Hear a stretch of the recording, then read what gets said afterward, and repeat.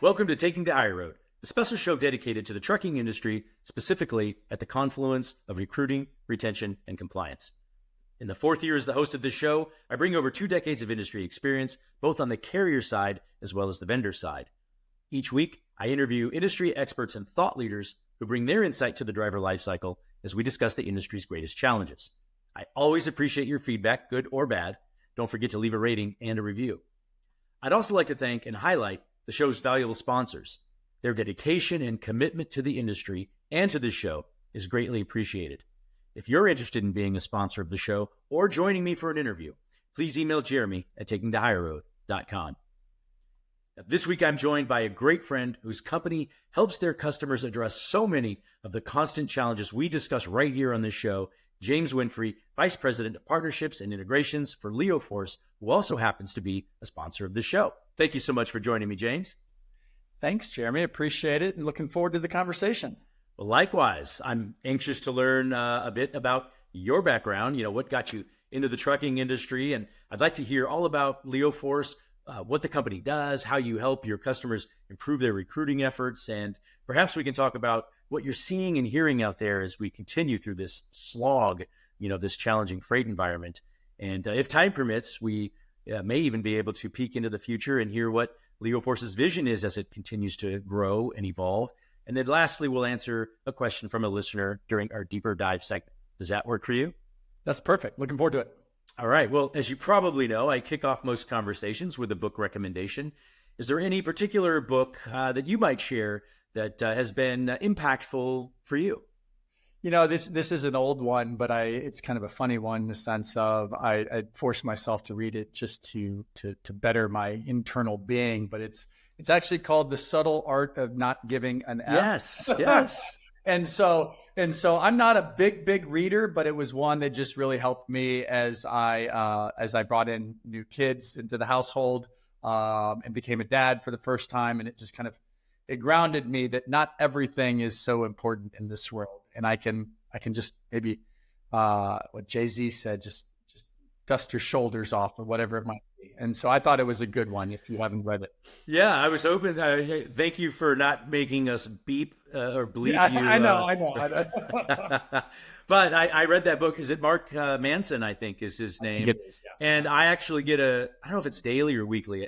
It might be daily email from him. I'm a subscriber to his newsletter too. So yeah, good content, a lot of good thought-provoking stuff. So yeah, great choice. Thanks for sharing that. Yeah. You've been the VP of Partnerships at Leoforce for close to 2.5 years now. Your background is certainly from the recruiting technology arena. I know trucking isn't the only space you've been in. How did you wind up in the trucking industry and working with trucking customers? I think it's a great question. I think it's probably a loaded question because it'll probably take up this entire segment. But, I first got into the HR technology, I call it the human capital space, in early 2003. I cut my teeth at monster.com, which at that point in time, we're educating people on why not print. Here's this limitless text online ad that you can do for a fraction of the cost. And so I spent 8 glorious years there back when they were sponsoring Super Bowls and Olympics and so on and so forth. But at that point in time, we just recognized that the transportation space was aching for some sort of upgrade from their traditional print ads. And when I had been placed in an office remotely in Dallas, Texas, the first thing I did was starting to pick up the Dallas Business Journal and the Green Sheet, the local Green Sheet, and looking. And transportation had ads all through and through there, big ones from a recruitment perspective. And so I just, at that point in time, became a vertical expert and just went and sold to trucking companies and said, here's an online ad for 30 days, not 3. And it's a fraction of the cost. How many do you want? And so it was really that sprungboard me into recognizing that transportation space is starving for innovation. And so over the years, I'd spent time at Indeed on the PPC model. I worked directly with Facebook on advertising campaigns from a recruitment standpoint. Transportation space ate that up. And now here on the AI side of things, I'm looking at it from a whole new lens in the sense of automation and what can that automation do to drive quicker and better outcomes. And in the transportation space, we kind of know that, like, kind of aching for some sort of innovation from that standpoint. Yeah, I wrote that down when you said aching, because absolutely deficient when it comes to more modern or innovative technology. But we're getting there. But others are still progressing at a pretty fast clip as well. We'll probably touch on that. But can you share, just for the audience sake, what is Leoforce? Can you share exactly what it is that you do in order to help your customers achieve their recruiting and hiring goals? Yeah, simply put, we're an AI and machine learning assistant that can be deployed anywhere within the hiring process. That's all outcome based. And so we have bots from a interview scheduling AI to a job matching AI. We can utilize Aria's AI sourcing to source and actually pull in net new candidates within a specific search. And then our probably most popular product in the transportation space is an applicants on demand solution, which is a application driving AI that's all outcome based. And so it's really like a predictive model and saying, if we've got this job role in this geo, this is what it's going to cost, and you only pay for the outcome. And so at the end of the day, it's an AI assistant that's just helping a recruiter get to their jobs and their outcomes much, much quicker. I'm going to want to unpack some of that. First of all, I think when we talk, AI is certainly a buzzword, and some people use it flippantly or even like, as an imposter almost. And I think you're everything but that. So I'm going to want to dive into that a little bit more, especially I want to talk about the outcomes-based reference that you said a couple of times. I think that's something that I want to dig into. And I also want to, the applicant on demand is something that I think, especially for trucking, as you said, obviously it's popular, but I want to shed a little bit more light on that. Do you mind, how does that work? I mean, that's something that is specific to the trucking industry. Is that correct? It is. It was one of our early adopters with regards to the solution and onboarding somebody new was in the transportation space. And so the tool itself actually derived from Aria. And so Aria is the AI that everything runs through, whether it's the chat or engagement, whatever it might be. And we said, what more can the AI do for us? And coming from the PPC world, i.e. Indeed, and knowing how people are buying, where they're spending their money, and then sort of the lack of, I should say, the need for something that's new and innovative that isn't a click to a hopefully an apply outcome, but rather a click to a starting of a process. And so at that point in time, we looked at the AI and said, the AI can take in a job, the AI can read the job, the AI can match up against a profile that matches that particular job. And then we said, well, let's just have the AI engage that user. And then to the outcome, i.e. the call to action, which in these cases is a completed apply. So really, job comes in, AI pulls it in via an API through an integration through your ATS or CRM or HRIS system. The AI will match up against a profile to that job requisition. The AI will engage that user to the call to action. And then the AI will publish that user, i.e. the application, back to the endpoint for the recruiter to work out of through their ATS or CRM or whatever it might be. And so it's our fastest growing segment just because people were looking for alternatives to your traditional PPC models. And being that it's outcome based, it's really reducing the risk of trying something new. If Aria delivers one application at the end of your month, you're only charged for the one application. And so that's where I think the organization, or the space has been just kind of starving for something different. How can I nurture a candidate all the way through the apply process and then now have my recruiter spend time on what they do best, i.e. building a relationship with a potential candidate.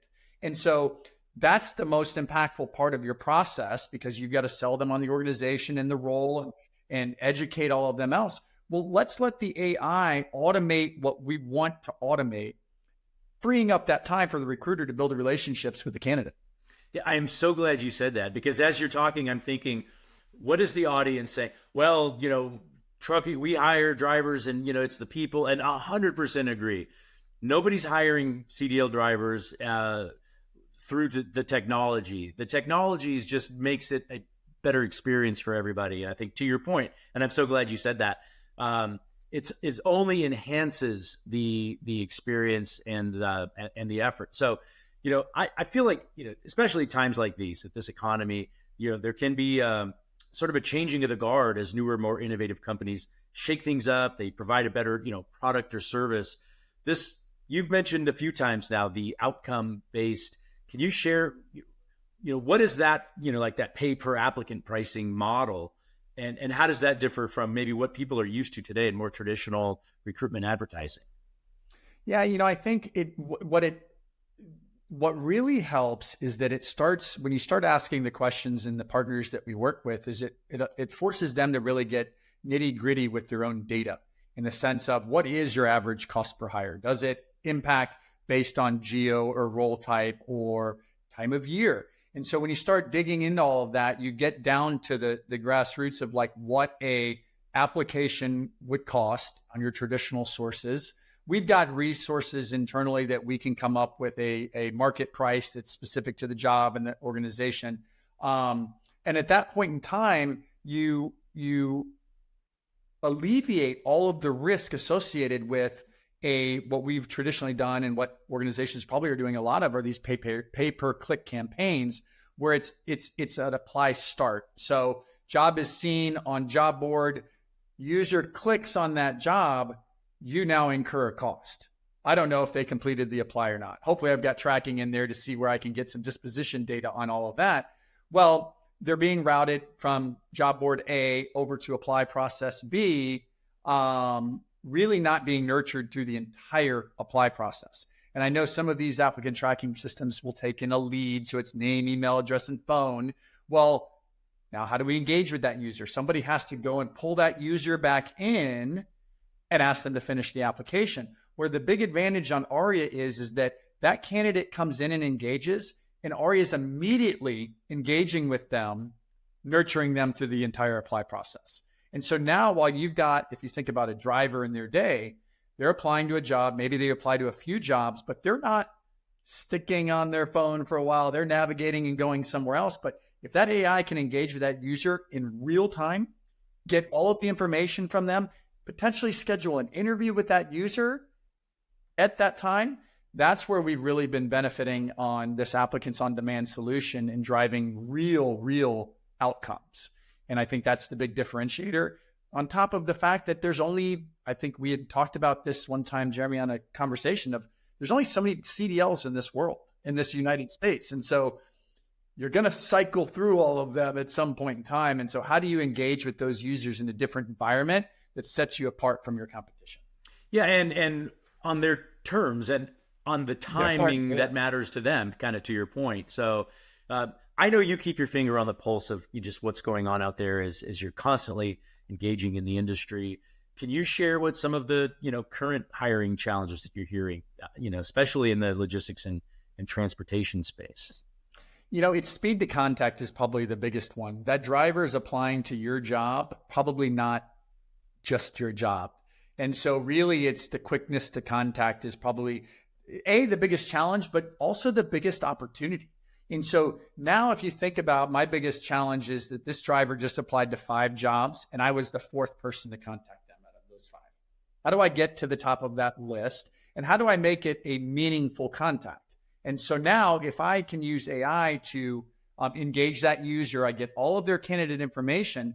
Can I take it a step further and have that AI now schedule a call with a live recruiter and dump in a calendar invite to both of those users' calendars? And so I think that the speed to contact and just being that the space is so the candidate pool is so limited right now that you have to innovate to get to that next level as an organization. And I think while it's a challenge, I think it's the biggest opportunity. We have a joke here internally that we say that AI will not replace recruiters. Recruiters are about relationships and building relationships, and that is a huge part of the process. But recruiters using AI or recruiters embracing AI will replace traditional recruiters. And that's where we're at right now, because we have a really good opportunity to start assisting. So like Aria Assistant is, I'm not taking your job. Aria's not taking your job. We're assisting you to allow you more time to focus on the meaningful activity, not scheduling an interview. Right. Excellent point. When it comes to technology, when I talk to carriers, especially in this economic backdrop, there's really this issue. There's these haves, and then there's the have-nots. I mean, in this market, when carriers are embracing and leveraging technology to manage their recruiting process, they're generally in a good place right now, at least as far as talent acquisition is concerned. But when I talk to fleets that are still on paper, they're not embracing technology, I constantly hear, even today, how hard it is for them to hire drivers. Can you share maybe some actionable strategies that trucking companies can implement to attract and retain talent? Now, aside from engaging with Leoforce and incorporating AI assistance, but really some actionable strategies that they can implement to attract and retain talent. Well, I think the big one here in my mind is that you're spending a lot of money on the acquisition of an applicant. And so if you think about there's cost per candidate profile acquisition, it's a real number that people track. That's an asset within an organization. And so when that asset is sitting on a piece of paper on somebody's desk or in a spreadsheet somewhere, what are the actions that come of that? Okay, I've got to open up the spreadsheet and I got to see, John, last contact was this. Like, you being able to have that as real, fresh, usable data that is online and creating these actionable environments that AI can help drive, meaning set up a touch point, the AI touch point to engage this user anytime we have a new job requisition that matches that particular role. You can't do any of that when you're on paper. And so I think I really like what you just said, that the users that are embracing technology, I see it in every space right now, is some staffing organizations have embraced technology and they're excelling. Some staffing organizations are staying away from it because they don't know what's going to happen. They're not succeeding right now. And I think that when you can create these automations where automations can be created, there's a huge opportunity to be more efficient in everything that we do, ultimately driving to those quicker outcomes at the end of the day. It's how quickly can I get on the phone with a qualified driver? And that's at the end of the day. How quickly can I start building that relationship? And when you have things in Excel spreadsheets and you're not taking actions out there that are automated, I think that you're going to start falling further and further behind. Well, and I know, given your background with more innovative and progressive industries, besides trucking, you have a unique view of what's working out there, what's changing and so on. Can you share, what maybe some top recruiting trends that you're seeing? Obviously, really leveraging AI. I feel like this is just, these are the early days, but what are some of those top recruiting trends that will continue to gain popularity and even work their way into trucking if they're not already here? Yeah, I joke here, another joke here internally is I have a saying that I say, automate the automations. And so looking at what it is that we do and how many buttons we push to get to our actions and everything else is how can we limit those buttons? And how can we let an automation do some of those tasks for us that don't require so much search and refresh and repeat and pushing of buttons? And we do it internally as well, in the sense of how can I automate automations, in the sense of like, all right, so now if I can drive an applicant, I can use this AI application to drive in an applicant that I know is qualified based on the AI. What more can the AI do for me? Or what more of an automation can be done for me? Can I get that interview scheduled now? Can I now get that interview scheduled and have a calendar invite go to each recruiter that would be involved? Can I nurture that individual through understanding when the best time to contact them is? Like, I know that that's probably part of a lot of people's process, but it's probably a big hiccup or road speed bump for these individuals, and just saying, I can't get a hold of a driver. Well, the AI can engage them instantaneously. What do we want to gather from that driver to put the warmest, best potential candidate on a recruiter's desk for them to be able to formulate that relationship? And I think, I'm going to make a t-shirt. It's called it's going to be automate the automations on it. We joke about it a lot here because we look at it internally as well. What can we do more with this function or this function or this function? And then you have the conversations with the individuals, like the carriers or the logistics organizations or warehouse individuals. What can we automate? Tell me your recruiter in this process and that they do every single day. What's the most valuable piece of their day? Being on the phone. It's like it's sales. If somebody's, what do you want? You want people conducting meetings. I don't want people booking meetings. Yet that's an action that you need to get to your meeting. But I want people spending time formulating relationships, kind of like what we're doing, not setting it up. Can I automate that setup? And that's what we're really trying to do. Yeah, I love this conversation. It makes so much sense. And automations is I'm gonna patent it. Yeah. Yeah. Well, and I know, still at the end of the day, even leveraging all this technology, what still boils down to is the outcome that companies and carriers are looking for is, I want to hire a driver, I want to hire a quality driver, and I want that driver, given that we're going to do our part, right? We're going to provide the environment that is going to be conducive to them sticking around for a long time. We want them to stick around for a long time. Oh yeah. I know in a climate like this, we're often able to be a little bit more selective and hire a better quality candidate. Some carriers I know are even taking advantage of these times and upgrading some of their bottom performing drivers. 3-4 years ago, you would have never thought that was, it's just not a luxury that you had at the time. Can you speak to how, candidate quality impacts, recruitment outcomes and as well as employee retention? Well, I think that's a really good question. And this kind of makes me think back to a carrier that we talked to the timing was off, but I think it's 15,000 applications a month. There is no way a recruiter can get through 15,000 applications a month. And if they did, not all of those 15,000 applications are created equal.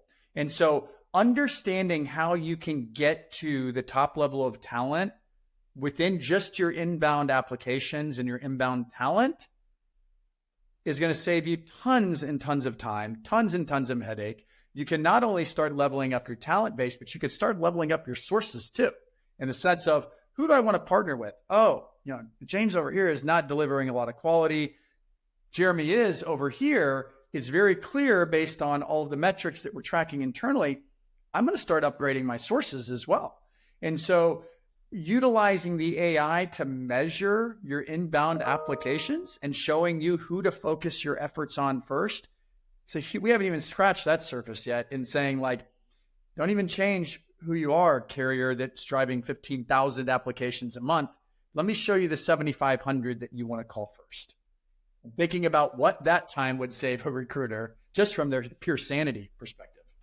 Well, and also considering the traditional way that companies today are, how much are they paying for 15,000 applicants per month? I mean, it's astronomical compared to, I think, what you're talking about, really kind of turning that pricing model right side out, I would say, not upside down, but just really right side out, the way it should be.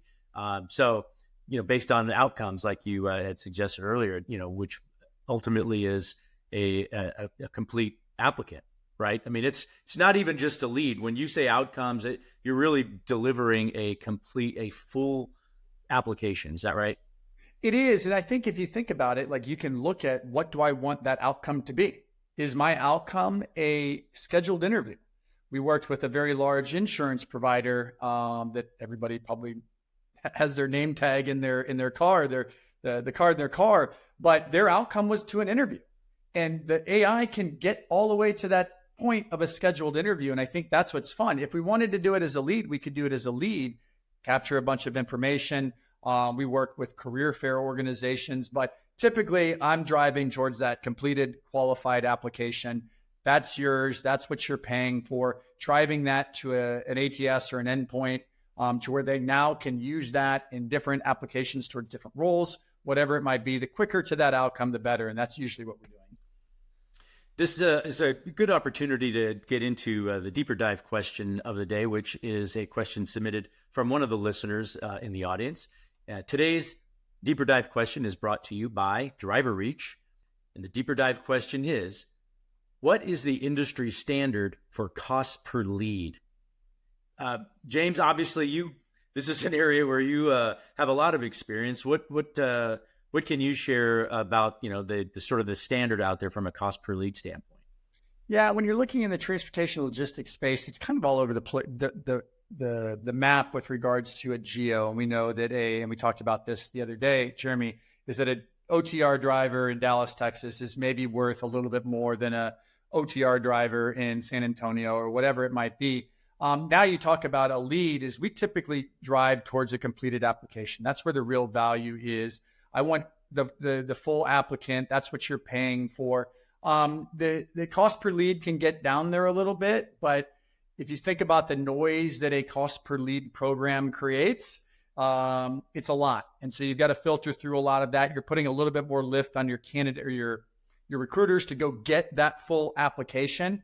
And so we typically work on the application side of things. And depending on market, we're seeing anywhere from a $45 to an $80 completed and what we call a qualified apply, because that AI is matching up to that user, that specific job. And so if I'm looking for a long haul driver that's based out of Dallas, Texas, you're going to get a long haul driver that's based out of Dallas, Texas. You're not going to get an RN in Seattle, which some of the other platforms could potentially deliver. The Jameses aren't going to apply to those jobs. Right. Or a fry cook or something like that. I remember exactly getting, right. I think eliminating the noise is key. And so if I can start eliminating the noise throughout the apply funnel, at the end of the day, you're always going to get better outcomes at the end, more recruiter efficiency, more context, touch points, so on and so forth. It's on that note, what's baffling to me is when I talk to carriers, and I'm going back, 20 years, you're talking about companies that are saying things like, we get a lot of leads, so that's a good source, because that's in their mind. Not even if they took a step back and thought about it for a minute, they would recognize that's just a waste of my time in a lot of cases, right? I'm just churning and I'm missing, because I can't prioritize it in any way. I'm just kind of take them as they all come in, or, it's not that easy, especially if you're talking 15,000 of them a month. Oh, yeah. But so there's this perception that the more leads you get, maybe it makes you feel good. I get that. Maybe there's a little bit of a vanity metric, with it, but it's often, it can be garbage versus, much less, but actual quality leads of people who fit exactly what you're looking for and who have intent to engage with you, right? They're interested in your job. They're not just leads that are just circulated out there. So I think from that perspective, when you talk about cost per lead, instead of thinking it that way, I agree with you. Think about it more of what's the outcome you want? Is it to build up a whole database of a bunch of leads that are probably warm at best? Or is the outcome to get real legitimate applicants who you can have a conversation with and hopefully hire, assuming, everything else, works out. So, excellent. I totally agree with you there. And I love this, the work that you're doing in the industry. Just for the audience, before we've got to jump here, can you share what the best way for listeners to find you and inquire just about the possibility of partnering with Leoforce? Yeah, thank you, Jeremy. This has definitely been a great conversation. I could probably just keep going on and on and on for a while. We may have to, James. We may have to schedule a second one, just because I know there's a lot of stuff that you leverage AI with that we didn't even get into. I know. And I think we're gonna have to have another conversation if you don't mind being a recurring guest. No, not at all. Not at all. And so email james.winfrey@leoforce.com and James Winfrey at LinkedIn. I'd be happy to connect. And just, I always love connecting with industry folks, whether it's doing business or partnering or just talking shop like this, which is awesome. Well, James, thank you so much for joining me. I look forward to connecting with you in person throughout the rest of the year at some of the upcoming industry events that we'll be attending. I do as well, Jeremy. Thanks for the time. And thank you for taking the higher road with me. Once again, special thanks to the sponsors of the show. We really appreciate you. If you're interested in being a sponsor or joining me for an interview, please email Jeremy@takingthehigherroad.com. Until next time, thank you for taking the higher road.